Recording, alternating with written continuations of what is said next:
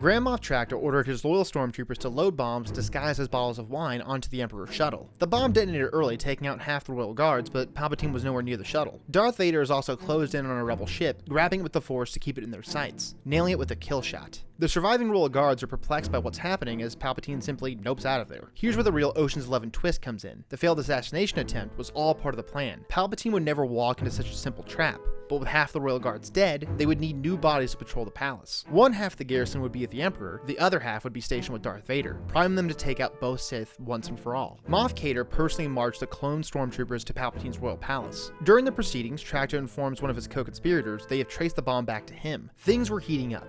Back on Vader's ship, Admiral Coy is killed by his second officer, Decentes. With any luck, Darth Vader would soon be dead.